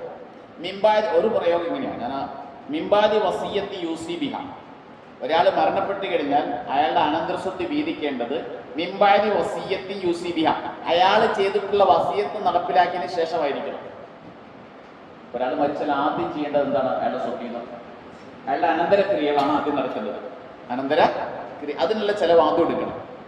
അത് കഴിഞ്ഞിട്ട് പിന്നെ എന്താ ചെയ്യേണ്ടത്? രണ്ടാമത് വസിയത്തല്ല, രണ്ടാമത് കടം വീട്ടണം. മൂന്നാമത് വസിയത്ത് നടപ്പിലാക്കണം. 4ാമത് സ്വത്ത് വീതിക്കണം അവകാശികൾക്ക്. ഇതാണ് അതിന്റെ ക്രമം. ആദ്യം അയാളുടെ അനന്തര ചെലവ്, മരണ സംസ്കരണ ചെലവുകൾ, 2 കടം, 3 വസിയത്ത്, 4 വീതിക്കുക. കടമെന്ന് പറഞ്ഞാൽ ഏതെല്ലാം കടമുണ്ട്? പടച്ചവനുമായിട്ട് ബന്ധപ്പെട്ട കടമുണ്ട്, പടപ്പുകളുമായിട്ട് ബന്ധപ്പെട്ട കടമുണ്ട്. ഹജ്ജ് ചെയ്യാനുള്ളവന് അതിന്റെ പൈസ മാറ്റി വെക്കണം, സക്കാത്ത് കൊടുക്കാത്തതിന്റെ പൈസ മാറ്റി വെക്കണം, ആൾക്കാർക്ക് കടം കൊടുക്കാനുള്ളത് അത് മാറ്റി വെക്കണം. ഇങ്ങനെ 2 തരം കടങ്ങളും വീട്ടണം. മൂന്നാമതാണ് ഇത് വസിയത്ത്. പക്ഷെ ഇവിടെ അള്ളാഹ് പറയുന്നത് എന്താ? മിംബാദി വസിയത്തി യൂസി, വസിയത്ത് നടപ്പിലാക്കിയതിന് ശേഷം ഔദൈനി, അല്ലെങ്കിൽ കടം വീട്ടിയതിനു ശേഷമാണ്. അപ്പോൾ കടത്തേക്കാൾ മുമ്പ് അള്ളാഹു പറയുന്നത് ഏതാ? വസിയത്ത്. സത്യത്തിൽ കടത്തേക്കാൾ മുമ്പ് വീട്ടേണ്ടത് വസിയത്തല്ലല്ലോ, ആദ്യം കടം വീട്ടിയിട്ട വസിയത്ത്. അപ്പോൾ കടം വീട്ടിയിട്ടാണ് വസിയത്ത് നടപ്പിലാക്കേണ്ടത് എന്നിരിക്കെ തന്നെ ഖുർആനിൽ അള്ളാഹു ഏതിനാണ് ബന്ധിച്ചത്? വസിയത്തിനെ ബന്ധിച്ചു. അപ്പൊ തന്നെ വസിയത്തിന്റെ പ്രാധാന്യത്തിലെന്ന് മനസ്സിലാക്കാം. നമ്മൾ നടപ്പിലാക്കേണ്ടത് വസിയത്തല്ല, ആദ്യം കടമാണ്. എന്നിട്ട് പോലും ഖുർആൻ ആദ്യം പറഞ്ഞതിനെയാണ് വസിയത്തിന്. ഒരു സ്ഥലത്തല്ല, ആ 2 ആയത്തിൽ 4 സ്ഥലത്ത് അങ്ങനെ പറയുന്നു. അടുത്ത ആയത്തിൽ നിന്ന് നോക്കിക്കോ. മിംബാദി വസിയത്തി യൂസീന ബിഹാമ, അടുത്ത ഭാഗം. മിംബാദി വസിയത്തിൻ, അവർ ചെയ്ത വസിയത്ത് നടപ്പിലാക്കിയതിന് ശേഷം, അതായത് മരിച്ചത് പെണ്ണാണെങ്കിൽ. ഈ അടുത്തത് മിംബാദി വസിയത്തിൻ തൂസൂന ബിഹ, അവർ ചെയ്ത വസിയത്ത് നടപ്പിലാക്കിയതിനു ശേഷം. 2 ആയത്തിൽ 4 പ്രാവശ്യമാണ്. 3ാമത്തെ ഞാൻ പറഞ്ഞത് അവർ ചെയ്ത വസിയത്ത് അവരുടെ വസിയത്ത് നടപ്പിലാക്കിയതിനു ശേഷം. 4ാമത് മിംബാദി വസിയത്തി യൂസാബിഹ, അവരുടെ വസിയത്ത് നടപ്പിലാക്കിയതിനു ശേഷം. ഇവിടെയൊക്കെ ഔദൈനി എന്ന് പറയുന്നുണ്ട്. 4 സ്ഥലത്തും വസിയത്തിനെ കുറിച്ച് എടുത്തു പറയുകയും കടത്തേക്കാൾ വസിയത്തിനെ മുന്തിക്കുകയും ചെയ്യും. അപ്പോൾ ഇതിൽ നിന്ന് മനസ്സിലായി വസിയത്തിന്റെ പ്രാധാന്യം. എല്ലാവരും എന്ത് ചെയ്യണം? വസിയത്ത് ചെയ്യും. ഇനി സൂറത്തുൽ മാഇദയുടെ 106 മുതൽ 108 വരെയുള്ള ആയത്ത് വസിയത്തിനെ കുറിച്ച്, വസിയത്തിന്റെ നിബന്ധനകളെ കുറിച്ച് പറയുന്നിടത്ത് അല്ലാഹു തആല പറഞ്ഞു, യാ അയ്യുഹല്ലദീന ആമനൂ, സത്യവിശ്വാസികളെ, ഷഹാദത്തു ബൈനിക്കും, നിങ്ങൾക്കിടയിൽ സാക്ഷി നിർത്തണം. ഇദാ ഹളറ അഹദക്കുമുൽ മൗത്ത്, നിങ്ങളിൽ ഒരാൾക്ക് മരണം ആസന്നമായി കഴിഞ്ഞാൽ നിങ്ങൾ സാക്ഷി നിർത്തണം. എന്തിന് സാക്ഷി? വസിയത്തിന് സാക്ഷി നിർത്തണം. വസിയത്തിന്റെ വിശദമായ നിയമങ്ങൾ അല്ലാഹു തആല ആ 106 മുതൽ 108 വരെയുള്ള 2 ആയത്തിലൂടെ പറയുന്നുണ്ട്. നിങ്ങൾ വസിയത്തിന് ആളുകളെ സാക്ഷി നിർത്തണം. യാത്രയിലാണെങ്കിൽ നിങ്ങളിൽപ്പെട്ട ആളുകളെ സാക്ഷി നിർത്താൻ കിട്ടിയില്ലെങ്കിൽ നിങ്ങളിൽപ്പെട്ടവരല്ലാത്ത ആളുകൾ എന്ത് ചെയ്യണം? സാക്ഷി നിർത്തണം. ഈ സാക്ഷികൾ കൃത്യമായി മരണശേഷം എന്ത് ചെയ്യണം? വസിയത്ത് പറയണം. ഈ സാക്ഷികൾക്കൊരു കുഴപ്പമുണ്ട്. വാപ്പ വസിയത്ത് ചെയ്ത് സാക്ഷികളെയൊക്കെ നിർത്തി, പക്ഷെ സാക്ഷികൾക്ക് മക്കൾ എന്ത് ചെയ്തു? ചിക്കിലി കൊടുത്തപ്പോൾ സാക്ഷിത്വം മാറ്റി. അല്ലാഹു തആല പറയുന്നത് സാക്ഷിത്വം മാറ്റി പറയരുത്, നിങ്ങൾ സാക്ഷി നിന്ന പടച്ചതിന് വേണ്ടിയാണ്. അതുകൊണ്ടൊരിക്കലും വഞ്ചിക്കരുത്. നിങ്ങൾ ചിക്കിലി മേടിച്ചാൽ ആ പാവപ്പെട്ട മക്കളുടെ അവകാശം നഷ്ടപ്പെടും. കിട്ടേണ്ട ഒരു അവകാശം നഷ്ടപ്പെടും. കൃത്യമായ 2 ആയത്തുകൾ അല്ലാഹു തആല അതിൻ്റെ മുഴുവൻ സാക്ഷി നിൽക്കുന്നതിൻ്റെ കാര്യങ്ങൾ വിശദീകരിക്കുന്നുണ്ട്. അതിൽ നിന്ന് മനസ്സിലായി ഈ വസിയ്യത്തിൻ്റെ പ്രാധാന്യം എന്ന്.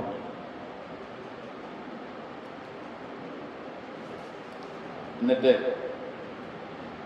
കുത്തിബ അലൈക്കുമുൽ വസിയ്യത്തു, നിങ്ങളുടെ മേൽ വസിയ്യത്ത് നിർബന്ധമാക്കപ്പെട്ടിരിക്കുന്നു. ഇദാ ഹദറ അഹദകുമുൽ മൗതു, നിങ്ങളിൽ നിന്ന് ഒരാൾക്ക് മരണം ആസന്നമായത്. ഇനി ആയതിന്റെ വാക്യം എന്താണെന്നറിയോ? ഇൻ തറക്ക ഹൈറ, എന്തെങ്കിലും ഹൈറവൻ മിച്ചം വച്ചിട്ടുണ്ടെങ്കിൽ, എന്തെങ്കിലും സമ്പത്തവൻ മിച്ചം വച്ചിട്ടുണ്ടെങ്കിൽ, എന്തെങ്കിലും ഒരു സമ്പത്ത് മിച്ചം വച്ചിട്ടുള്ള മുഴുവൻ ആളുകളും മരണാസന്നനാവും എന്ത് ചെയ്യണം? സമ്പത്ത് അവൻ വസിയ്യത്ത് ചെയ്യണം. ഇവിടെ സമ്പത്തിനെ കുറിച്ച് അല്ലാഹു തആല ഉപയോഗിച്ച വാക്ക് ഹൈറ എന്നാണ്. ഹൈറിന്റെ അർത്ഥം എന്താ? നല്ലത് എന്നാണ്. സമ്പത്തിനെ കുറിച്ച് ഖുർആനിൽ ഹൈറ ചെയ്ത് 8 അർത്ഥത്തിന് വന്നിട്ടുണ്ട്. 8 അർത്ഥങ്ങൾക്ക് വേണ്ടി ഹൈർ എന്ന വാക്ക് ഉപയോഗിച്ചിട്ടുണ്ട്. സമ്പത്തിന് വേണ്ടി ഹൈർ എന്ന വാക്ക് ഉപയോഗിച്ച പല സ്ഥലങ്ങളുണ്ട്. സൂറത്തുൽ ആദിയാത്തിൽ അല്ലാഹു പറയുന്നുണ്ട്, വഇന്നഹു, നിശ്ചയമായി മനുഷ്യനിൽ ഹുബ്ബിൽ ഹൈരി. ഹുബ്ബ് എന്ന് പറഞ്ഞാൽ എന്താ? സ്നേഹം. ഹൈർ എന്ന് പറഞ്ഞാൽ എന്താ? സമ്പത്ത്. സമ്പത്തിനോടുള്ള മനുഷ്യന്റെ സ്നേഹം ശദീദ്, വളരെ ശക്തമാണ്, വളരെ. അവിടെ ഹൈർ എന്ന് ഉപയോഗിച്ചതിനാണ് സമ്പത്തിനെ കുറിച്ച്. അപ്പൊ സമ്പത്തിന് 8 അർത്ഥങ്ങൾക്ക് വേണ്ടി ഖുർആൻ ഹൈർ എന്ന് ഉപയോഗിച്ചിട്ടുണ്ട്. അതിൽപ്പെട്ട ഒരു അർത്ഥമാണ് ഇത് സമ്പത്ത് എന്ന് പറയുന്നത്. എന്താണ് ഈ സമ്പത്തിന് ഹൈർ എന്ന് പറയാൻ കാരണം? സമ്പത്ത് ഹൈറായതുകൊണ്ട് തന്നെ. സമ്പത്ത് ആർക്കാണ് ഹൈറല്ലാത്തത്? പക്ഷെ എല്ലാവർക്കും സമ്പത്ത് ഹൈറല്ല. ചിലർക്ക് സമ്പത്ത് ഷെറായി മാറും. സമ്പത്ത് കൊണ്ട് ദുരിതം അനുഭവിക്കുന്ന എത്ര മനുഷ്യന്മാരുണ്ട്. ഇത് ഇല്ലാതിരുന്നെങ്കിൽ നന്നാകുമായിരുന്ന ഒരുപാട് മനുഷ്യന്മാരുണ്ട്. അംർ ഇബ്നുൽ ആസ് റളിയല്ലാഹു അൻഹു നബി തങ്ങളുടെ പ്രമുഖനായ ഒരു സഹാബിയാണ്. അദ്ദേഹത്തെ നബി തങ്ങൾ യുദ്ധത്തിന് വേണ്ടി വിടുകയാണ്. യുദ്ധ വസ്ത്രങ്ങളൊക്കെ അണിഞ്ഞു വന്ന സമയത്ത് നബി തങ്ങൾ അദ്ദേഹത്തോട് പറഞ്ഞു, ഞാൻ നിന്നെ ഒരു യുദ്ധത്തിന് വേണ്ടി അയക്കുകയാണ്. അള്ളാഹു യുദ്ധത്തിൽ നിനക്ക് വിജയം തരട്ടെ, അള്ളാഹു നിനക്ക് ധാരാളം ഗനീമത്ത് സ്വത്തുകൾ തരട്ടെ, നിനക്ക് സമ്പത്ത് ഉണ്ടാകണമെന്ന് ഞാൻ ആഗ്രഹിക്കുകയാണ്. യുദ്ധത്തിലൂടെ, യുദ്ധത്തിൽ പോയി എന്ത് ചെയ്യും? കാശ് കിട്ടുള്ളൂ. എങ്ങനെ കാശ് കിട്ടുക? ശത്രുവിൻ്റെ സമ്പത്ത് കിട്ടും. ഇത് പറഞ്ഞപ്പോൾ അദ്ദേഹം പറഞ്ഞു, നബിയെ, മാ അസ്ലംതുലി മാലി, ഞാൻ ഈ സമ്പത്തിന് വേണ്ടി മുസ്ലിമായ ആളല്ല. യുദ്ധം ചെയ്ത് കാശുണ്ടാകാനല്ല ഞാൻ മുസ്ലിമായത്. ഇന്നി അസ്ലംതു റഗ്ബത്തൻ ഫിൽ ഇസ്ലാം, ഞാൻ ഈ മതത്തിൽ ആകൃഷ്ടനായി മതത്തിന്റെ നന്മ കണ്ടുവന്നയാളാണ്. വാൻ അക്കൂന മാ റസൂലുള്ളാഹി സ്വല്ലല്ലാഹു അലൈഹി വസല്ലം, അല്ലാഹുവിന്റെ റസൂലിന്റെ കൂടെ നാളെ സ്വർഗ്ഗത്തിൽ വരാൻ വേണ്ടിയാണ് ഞാൻ മുസ്ലിമായത്. എനിക്ക് സമ്പത്ത് വേണ്ട, സമ്പത്തിന് വേണ്ടിയല്ല. അപ്പോൾ വിശ്വാസം പറഞ്ഞു, അമ്രേ അങ്ങനെ പറയണ്ട.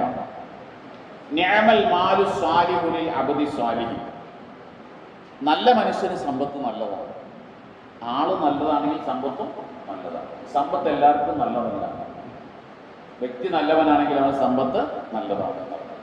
അതുകൊണ്ടാണ് ഹൈറ എന്നിവിടെ സമ്പത്തിനെ കുറിച്ച് ഇവിടെ അല്ലാഹു തആല ഉപയോഗിക്കാൻ കാരണം. സത്യത്തിൽ മാല എന്നാ പറയുന്നത്. രണ്ടാമതൊരു ഉദ്ദേശം, സമ്പത്ത് 2 രീതിയിലുണ്ട്. നല്ല സമ്പത്തുണ്ട്, മോശമായ സമ്പത്തുണ്ട്. മോശമായ സമ്പത്ത് പറഞ്ഞാൽ ഹറാമായ വഴിയിലൂടെ കിട്ടുന്ന സമ്പത്ത് ഏതാണ്? മോശമാണ്. അത് അല്ലാഹു തആല സ്വീകരിക്കില്ല. സദഖ ചെയ്താൽ സ്വീകരിക്കില്ല. അത് വസിയത്ത് ചെയ്താലും അല്ലാഹു സ്വീകരിക്കില്ല. അപ്പോൾ വസിയത്ത് ചെയ്ത് ഏതായിരിക്കണം? നല്ല സമ്പത്തായിരിക്കണം. ശുദ്ധമായ രീതിയിൽ സമ്പാദിച്ച സമ്പാദ്യമായിരിക്കണം വസിയത്ത് ചെയ്യേണ്ടതെന്ന് സൂചിപ്പിക്കാനാണ് ഇവിടെ സമ്പത്തിനെ കുറിച്ച് അല്ലാഹു തആല ഹൈറ എന്ന് ഉപയോഗിച്ചത്. ഇന്ന് നമ്മുടെ ഇടയിൽ രീതിയിൽ എന്ന് പറഞ്ഞാൽ എങ്ങനെയും കാശുണ്ടാക്കുക, എന്നിട്ട് അതിന് കുറച്ച് എന്ത് ചെയ്യുക? പള്ളിക്ക് കൊടുക്കുക, പാവങ്ങൾക്ക് കൊടുക്കുക, സക്കാത്ത് കൊടുക്കുക. ആ സമ്പത്തിന് സക്കാത്തുണ്ടോ? ഹറാമായ സമ്പത്തിന് സക്കാത്ത് നിർബന്ധമില്ല കേട്ടോ. പലിശ സമ്പത്തിന് എന്തില്ല? സക്കാത്തില്ല. കാരണം സക്കാത്ത് നിർബന്ധമാണെങ്കിൽ മറ്റു ഉടമസ്ഥയുള്ള സമ്പത്താക്കണം.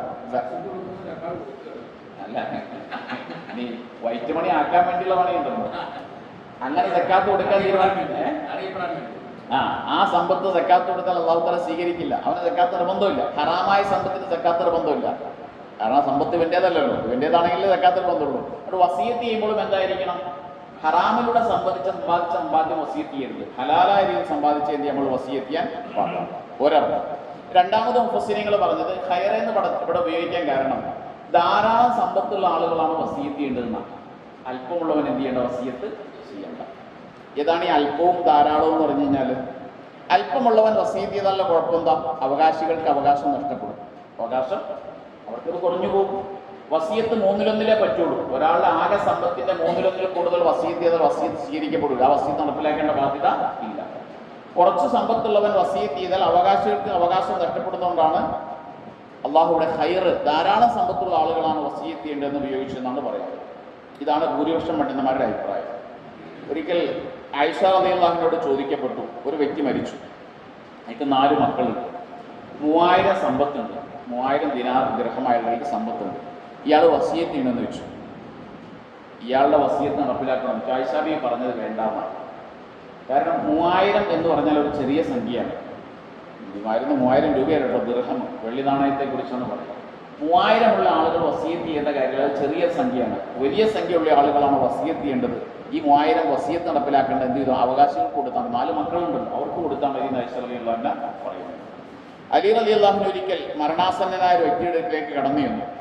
അയാൾക്ക് ആകെയുള്ളത് 300 ദിർഹം സമ്പത്താണ്, 700 ദിർഹമാണ്. അപ്പോൾ അലി റളിയല്ലാഹു അൻഹുവോട് ചോദിച്ചു, എനിക്ക് 700 ദിർഹം സമ്പത്തുണ്ട്, ഞാൻ വസിയത്ത് ചെയ്യണം. അലി റളിയല്ലാഹു അൻഹു വേണ്ട, ഒരു ചെറിയ സമ്പത്താണെന്നാണ് പറഞ്ഞത്. അപ്പോൾ വസിയത്ത് എന്നുള്ളത് വലിയ സമ്പത്തുള്ളവർ എന്ന് പറഞ്ഞാൽ അവകാശികൾക്ക് അവകാശം നഷ്ടപ്പെടാത്ത രീതിയിൽ സമ്പത്ത് മിച്ചമുള്ള ആളുകളാണ് എന്ത് ചെയ്യേണ്ടത്? അവകാശം കിട്ടാത്ത ആളുകൾക്ക് വസിയത്ത് ചെയ്യേണ്ടത് എന്ന് കാണിക്കാനാണ് ഖൈറ് എന്ന് ഉപയോഗിച്ചത് എന്നാണ് അതിൻ്റെ അർത്ഥം. പക്ഷേ ചില പണ്ഡിതന്മാർ പറഞ്ഞത് അതല്ല ശരി, കുറച്ചുള്ളവനും കൂടുതലുള്ളവനും എന്ത് ചെയ്യണം? വസിയത്ത് ചെയ്യണം. കാരണം കൊമയ്യായ്മൽ മുക്കാല തറത്തിൽ ഖൈറയ്യ, അതിൻ്റെ അർത്ഥം എന്താ? ഒരാൾ അണുമണി തൂക്കം നന്മ ചെയ്താൽ അവനത് കാണും, തിന്മ ചെയ്താൽ അത് കാണും. അവിടെയും ഖൈറെന്ന് ഉപയോഗിച്ചു. അത് ചെറിയ നന്മയ്ക്ക് പോലും ഖൈറെന്നുള്ള ഉപയോഗിക്കുന്നുണ്ട്. അതുകൊണ്ട് കുറച്ച് സമ്പത്തുള്ള ആളുകളും എന്ത് ചെയ്യണം? അവരാൽ കഴിയുന്ന രീതിയിൽ വസിയത്ത് ചെയ്യണം. പക്ഷെ വസിയത്ത് എന്ത് ചെയ്യാൻ പാടില്ല? 3-1 കൂടാൻ പാടില്ല എന്ന കാര്യം വസിയത്ത് ചെയ്യുന്ന ആളുകൾ ശ്രദ്ധിക്കുകയും വേണം. ഇനി അതിൻ്റെ മസലപരമായ ചില കാര്യങ്ങൾ, ചില ഫിഖ്ഹുകളൊന്നും നമുക്ക് അടുത്ത ആഴ്ച പറയാം. സുബ്ഹാനല്ലാഹി വബിഹംദിഹി സുബ്ഹാനക വബിഹംദിഹി അഷ്ഹദു അല്ലാ ഇലാഹ ഇല്ലാ അൻത അസ്തഗ്ഫിറുക.